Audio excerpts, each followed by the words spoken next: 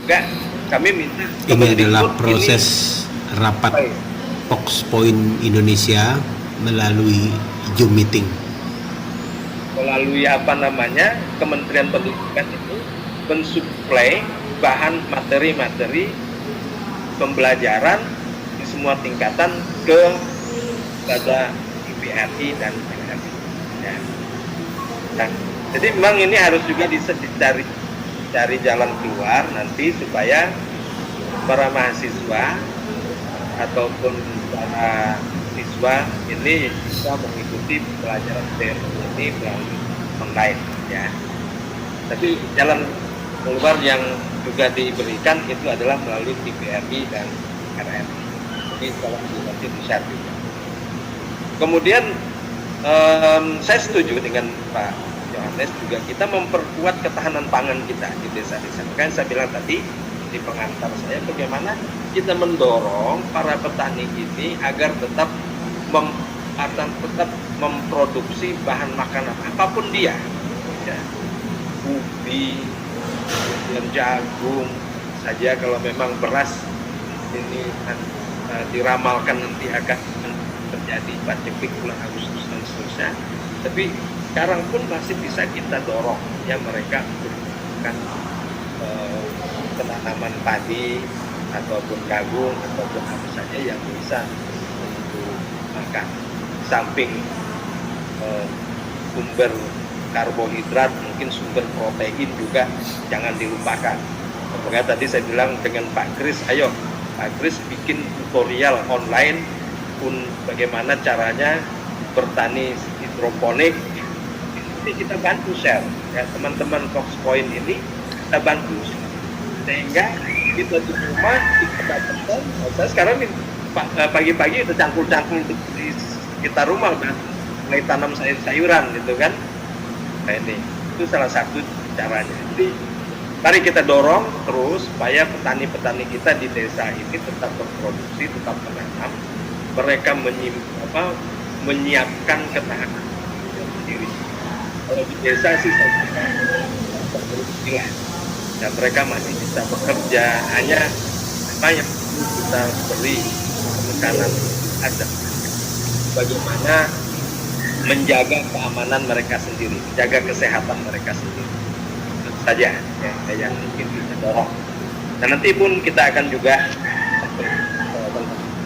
ke Pak Gubernur atas nama Fox nanti untuk bisa Pak Gubernur memberikan perhatian juga, jangan terlalu fokus pada bansos, tapi harusnya juga fokus bagaimana mengatasi nanti kesulitan pangan ini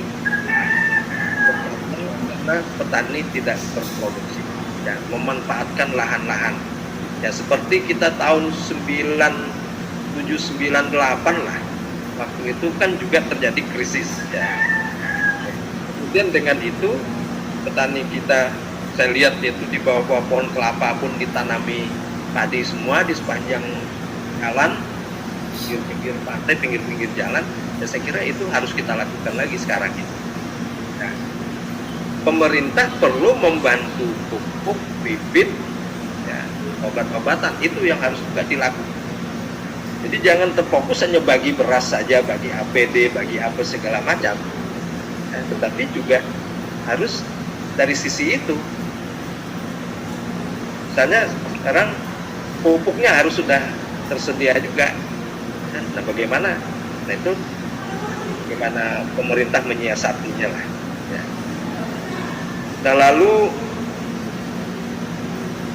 pemantauan orang keluar masuk ini saya kira memang harus dilakukan masing-masing di daerah supaya secara ketat juga mengawasi orang yang keluar masuk ini. Nah sekarang pesawat sudah tidak boleh membawa penumpang, hanya boleh membawa barang, kapal juga sudah tidak boleh masuk. Ya, kalau kita ini kan yang dari luar, dari Pontianak memang bisa dikendalikan karena pesawat itu pasti ke bandara, kapal itu pasti ke pelabuhan. Yang tidak bisa dikendalikan ini adalah lalu lintas di sepanjang perbatasan, yang jalan-jalan tikus. Dan ini yang mungkin masih, walaupun Malaysia lockdown, tapi kan pengawasan di sepanjang perbatasan ini kondisinya juga hampir, walaupun mereka jauh lebih baik, kurang lebih juga gitu kan.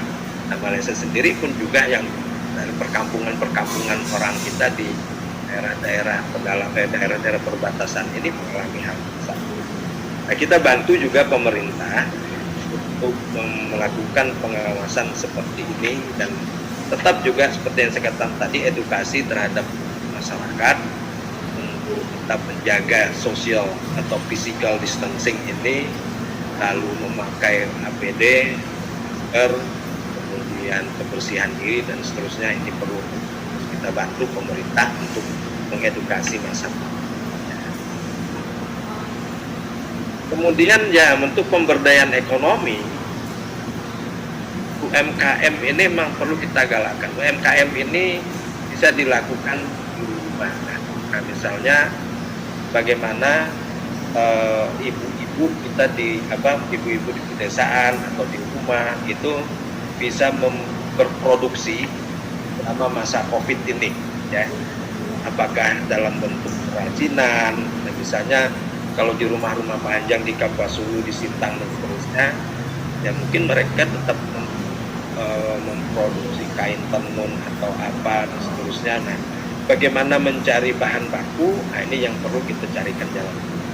Permodalan, saya kira yang paling gampang atau bukan paling gampang, yang paling tepat dilakukan adalah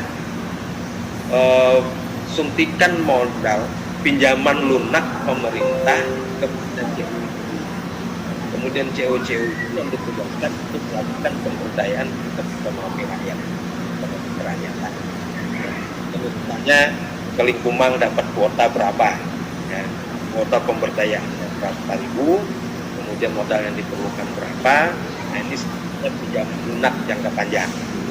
Nah, itu mungkin yang bisa kita lakukan. Itu produk-produk tradisional seperti karet memang tidak bisa diandalkan karena tetap kaitannya kan dengan pasar ekspor. Kita tahu negara-negara sekarang sudah mulai lockdown semua. Pasar ekspor karet kita Singapura, India, kemudian Jepang, Korea, Cina, ini kan udah pada lockdown semua. Nah, jadi tidak mungkin ekspor karet ke negara-negara itu. Akibatnya masih ada harga 3.000, ya patut kita syukuri juga, artinya masih ada yang membeli, ya, masih ada yang membeli. Lalu yang perlu kita dorong juga adalah kreativitas, inovasi, baik dari kita, ya, seperti misalnya Pak Kris yang mendorong anak-anak mahasiswa di rumahnya membuat video. Saya kira ini bisa menjadi salah satu solusi untuk bagaimana nanti ini mengatasi kondisi-kondisi kedaruratan ini, karena sekarang ini banyak di rumah, misalnya kalau ada video yang bisa di-share lewat YouTube atau lewat apa gitu kan, ada ide-ide kreatif dari anak-anak kita, dari kelompok-kelompok kita, itu harus kita dorong kan. Nah, kemudian Ibu Beta, ya di mana-mana memang ada keluhan seperti ini. Keluhannya ya sama di mana-mana ya. Pemasukan orang tua berkurang, beban bertambah, harga-harga barang naik, ya. Kemudian ya seolah-olah ini semua persoalan ini tumpuk menumpuk menjadi satu, itu harus menjadi beban keluarga. Ya, anak-anak sekolah harus bayar SPP, tapi juga dibebani dengan pembelian kuota, anak daring, anak-anak juga dibebani dengan pekerjaan PR yang numpuk, menghabiskan waktu, seterusnya dan seterusnya. Lalu ya mungkin nanti kita juga akan memberi semacam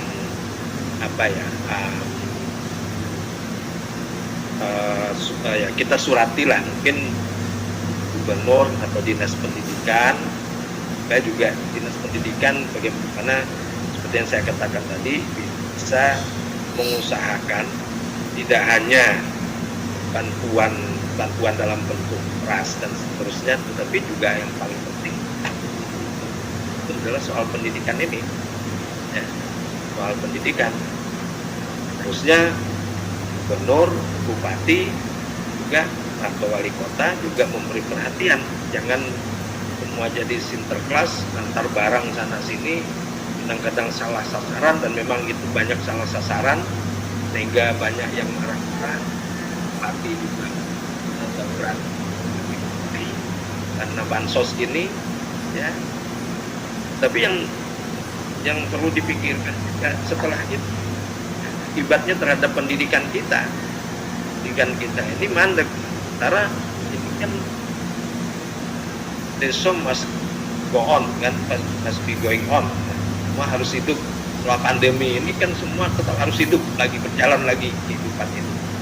Jadi bukan hanya kita harus berpikir pada saat pandemi, iya, berpikir saat pandemi ini karena darurat, tapi kedepannya harus kita berpikir. Nah, kemudian memang distribusi sangat terganggu, ya, distribusi, dan para distributor juga, ya, tapi bukan hanya distributor, termasuk para pedagang, kemudian kita sendiri akhirnya merasakan barang-barang mahal, stok menipis.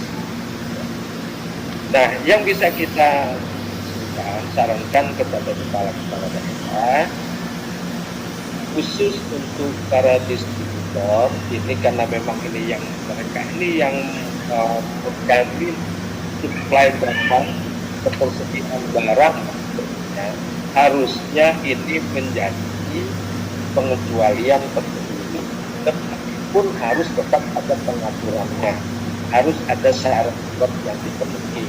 Misalnya soal tadi itu keamanan kesehatan maupun barang-barang dan orang-orang ini, harus ada titik kumpul di mana di daerah, misalnya di Ngabang, titik kumpulnya di mana, barang-barang itu diturunkan di situ, disuplai di situ ada dari pemerintah daerah yang mengurus, lalu baru distribusinya ke toko-toko, ke pedagang-pedagang. Nah, ini saya setuju bahwa Fox Point bisa ambil bagian dalam penyadaran publik. Memang ini harus dilakukan. Jadi kita tidak mampu untuk memberikan bantuan beras, bantuan ini, APD, apa segala macam, apalagi sekarang ini APD mahal. Nah, kita tidak mampu itu mensuplai itu terus-menerus. Tapi yang bisa dilakukan adalah penyadaran publik. Harus sadar, harus aware terhadap dirinya sendiri dan terhadap orang lain. Seperti contoh kasus yang di Sintang. Datang dari Pontianak ketemu dengan orang tuanya, dia tidak sadar kalau dirinya sudah terkontaminasi, terpapar, nah akhirnya menulari orang tuanya pun tidak jujur juga, meninggal, akhirnya menulari orang lain. Nah, hal seperti ini yang harus dicegah. Jangan sampai orang itu malu, wah saya terpapar COVID, malu, atau tidak jujur, tidak mau berterus terang, oh saya ini dari sini. Itu yang paling bisa dilakukan oleh Fox, ya, dalam kegiatan kita sehari-hari ikut mengatasi pandemi. Nah, memang seperti yang digambarkan lagi tadi, yang paling optimis itu Indonesia, ya, menurut tapi Desember itu bukan berarti selesai, itu artinya baru sebaran COVID ini itu kurvanya turun, diharapkan itu bulan Juni, kemudian di akhir tahun itu sudah bisa 90, September itu bisa 90% berkurang dari penyebaran sekarang sampai dengan akhir tahun. Dampaknya ini yang lama, dampaknya itu jelas resesi. Jadi pertumbuhan ekonomi dunia 2%, ya. Pertumbuhan ekonomi Indonesia masih diklaim oleh Menteri Keuangan masih 0,5%. Saat ini kita belum tahu ke depannya seperti apa. apalagi kalau ditambah huru hara seperti yang tadi digambarkan, tambah lagi dengan tekanan-tekanan dari negara-negara yang berkepentingan dengan Indonesia, Amerika. Jadi memang beban Indonesia bukan hanya mengatasi yang mulai dari mengurangi atau ya memblok penyebaran virus ini, juga mengatasi dampaknya terhadap kesehatan, terhadap sosial, ekonomi, terhadap politik, terhadap hukum pun juga, ya, terhadap hukum. Sekarang ini dengan adanya Perpu nomor 1 2020 ini juga menimbulkan kontroversi, ya. Jadi banyak pihak yang berpendapat bahwa Perpu ini membuat pemerintah, membuat presiden itu menjadi kebal hukum, ya, kebal hukum. Padahal ini kan kondisi darurat, ya, tapi setelah itu masing-masing tafsiran hukum dari masing-masing pihak.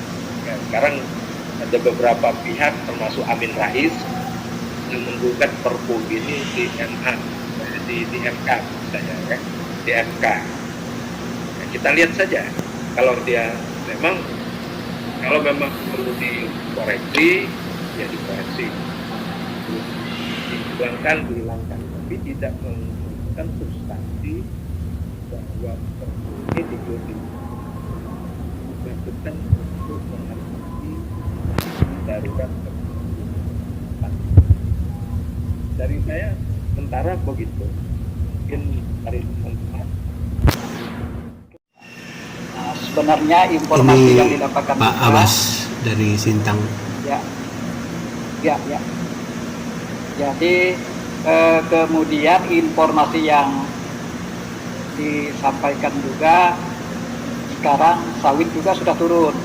Jadi menjadi keluhan bagi masyarakat semua bahwa mata pencarian seperti karet, sawit dan sebagainya itu sudah mulai turun semua. Jadi mungkin beratlah beban mereka di pedesaan. Kemudian menyangkut distribusi barang juga sekarang ini memang kesulitan. Kalau yang dalam pedalaman itu kan memang kendaraan-kendaraan mobil yang mengantar bahan pokok itu kan sudah tidak ada masuk lagi. Jadi seperti di Serawai, di Ambalau itu barang-barang sudah semakin mahal katanya. Apalagi kalau di Serawai itu kan memang juga ditutup jalannya oleh kecamatan, memang tidak boleh orang masuk lagi karena memang takut dengan pandemi ini. Karena bagaimanapun mereka khawatir di masyarakat sana ada yang tertular gitu. Nah, itu yang memang perlu juga barangkali bagaimana menyikapi itu. Ya memang banyak hal yang di masyarakat itu menjadi keluhan-keluhan mereka. Ya sampai saat ini, sedangkan bantuan itu ada yang mendapat bantuan tapi tidak merata, ada yang dapat, ada yang tidak. Dan bantuan itu pun paling-paling cukupnya seminggu, Pak. Lebih daripada itu mereka menjadi kesusahan lagi. Mau noreh juga kadang-kadang takut dan memang tidak ada harga karet lagi. Mungkin itu yang dari saya, informasi yang selama ini disampaikan oleh masyarakat di pedesaan yang bisa kontak kita di Sintang, kemudian daerah-daerah lainnya juga. Terima kasih.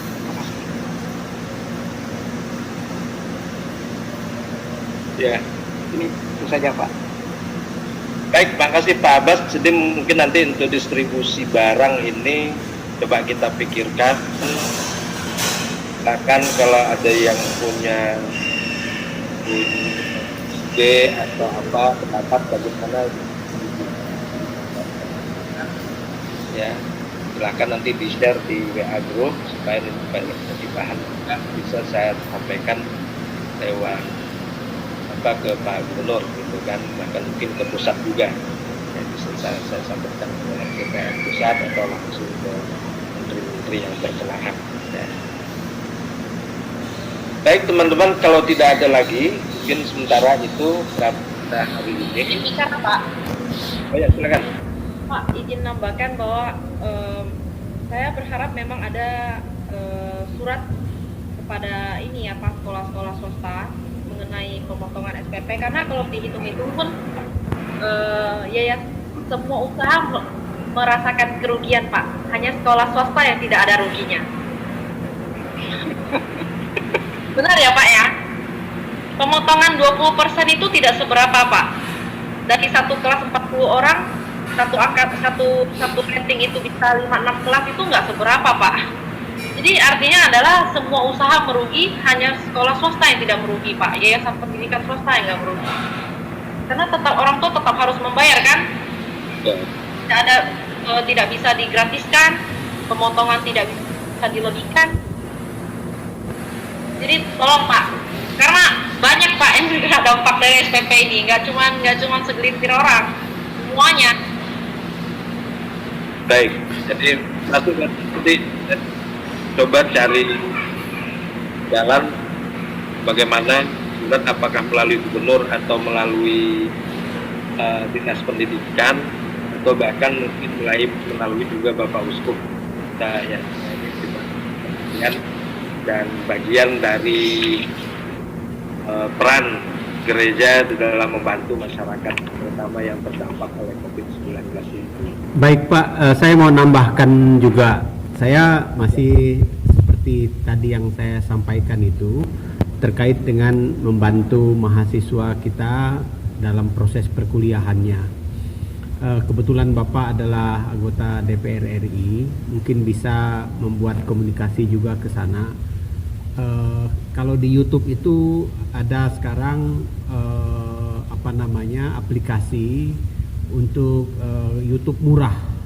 Itu kualitas gambarnya memang lebih rendah, jadi mahasiswa bisa mengakses itu.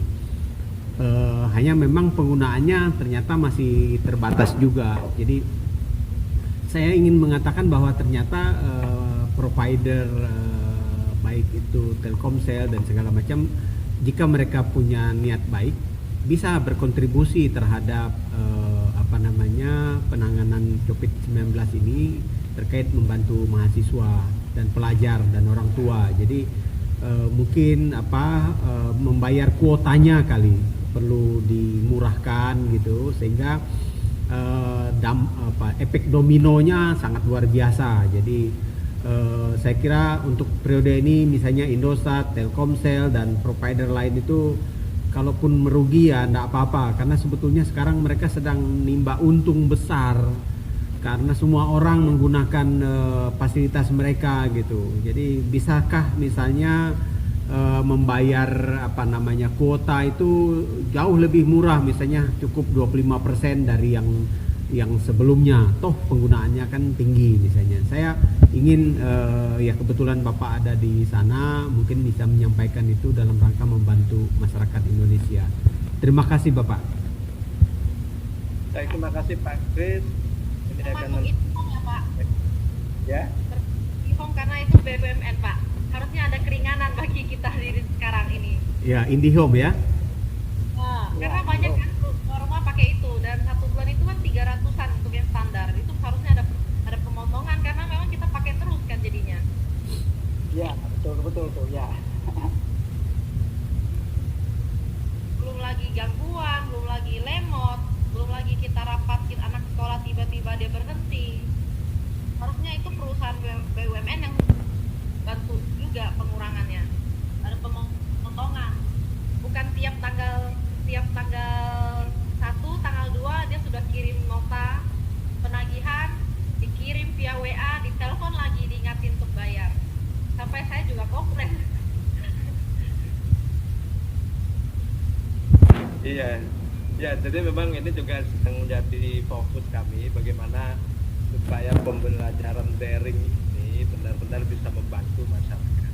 Ya, makanya ini dibicarakan terus secara intensif dengan mitra-mitra kerja seperti Kementerian Pendidikan dan Kebudayaan, dan memastikan dia akan mengundang juga Menkominfo ya untuk membicarakan bagaimana supaya pembelajaran daring ini betul-betul didukung penuh oleh provider yang ada, ya biaya juga tidak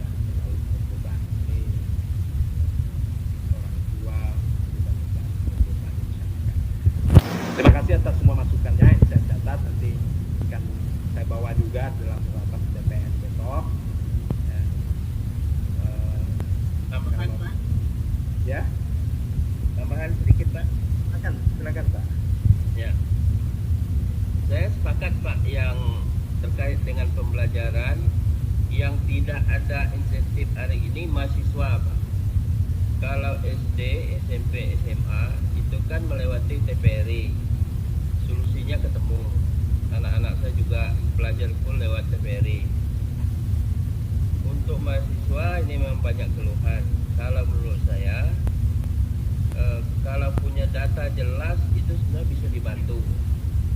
Menjadi bantuan sosial bukan hanya saya kira bantuan internet, tetapi paling penting itu memang bantuan tunai, misalnya kepada mahasiswa di perguruan tinggi swasta maupun negeri. Kalau bisa didorong, karena dari Komisi 10 saya kira akan sangat mudah mendorong ini. Ya. Itu saran saya untuk mahasiswa, atau pikirkan insentif lain yang juga dimungkinkan, misalnya SPP di di perguruan negeri swasta, perguruan tinggi swasta. Kemudian ini untuk Bu Beta. Jadi memang kalau kebetulan anak saya di Panlit di Jogja itu SPP sudah tinggal bayar 50%, Bu. Jadi saya kira kalau mendorong Pak Uskup di Yayasan Katolik di Pontianak untuk 50%, menurut saya sudah memungkinkan, karena Panlit sendiri itu Yayasan Pemberdayaan itu sudah tinggal bayar 50% saja. Itu pun menanya kesepakatan orang tua, ya. Jadi orang tua dengan pertimbangan bahwa guru masih belum makan segala macam, oke kita kasih 50, tapi kita bisa keinginan 50. Saya kira sangat realistis dengan 50. Kami juga memikirkan itu, bahwa kami tidak mau naik gaji guru. Ya. Tapi yang disinggung adalah yayasan juga harus ikut bertanggung jawab atas pandemi ini. Jadi mereka nggak bisa lempar tangan, semua harus dibebankan kepada orang tua. Ya, itu saya sepakat dengan Ibu, mungkin 50 lebih. Masalahnya kalau di Pontianak memang saya dengar sampai saat ini ada 3 sekolah swasta yang untuk yang Katolik, ya. Katolik 1 itu Petrus itu tidak ada pengurangan SPP. Adi Cita dan Bina Mulia itu juga tidak ada pengurangan SPP. Dan ada pengurangan SPP pun ada yang hanya 16%, Pelita Cemerlang anak saya di situ 20%, Luder, Manuel juga 20%, ada yang sekitar 30%, ada yang 50%, tapi kalau nggak salah itu juga cuma hanya 1 atau 2 sekolah. Bahkan ada katanya yang menggratiskan, Pak, tapi itu bukan, itu sekolah baru, jadi digratiskan. Makanya kita komplain ada beberapa yayasan sekolah, yayasan swasta, pendidikan swasta yang sudah besar, namanya sudah inilah ya Pak, sudah terkenal, tapi malah dia masih membebankan ke orang tua itu loh. Kita semua sama-sama merugi, Pak. Semua pendapatan berkurang. Tapi sekolah kan tidak ada, Pak. Karena orang tua takut anaknya nggak mendapatkan pendidikan yang baik. Akhirnya mau nggak mau orang tua mati-matian ketinggal, tapi kasih anaknya sekolah, bayar sekolah.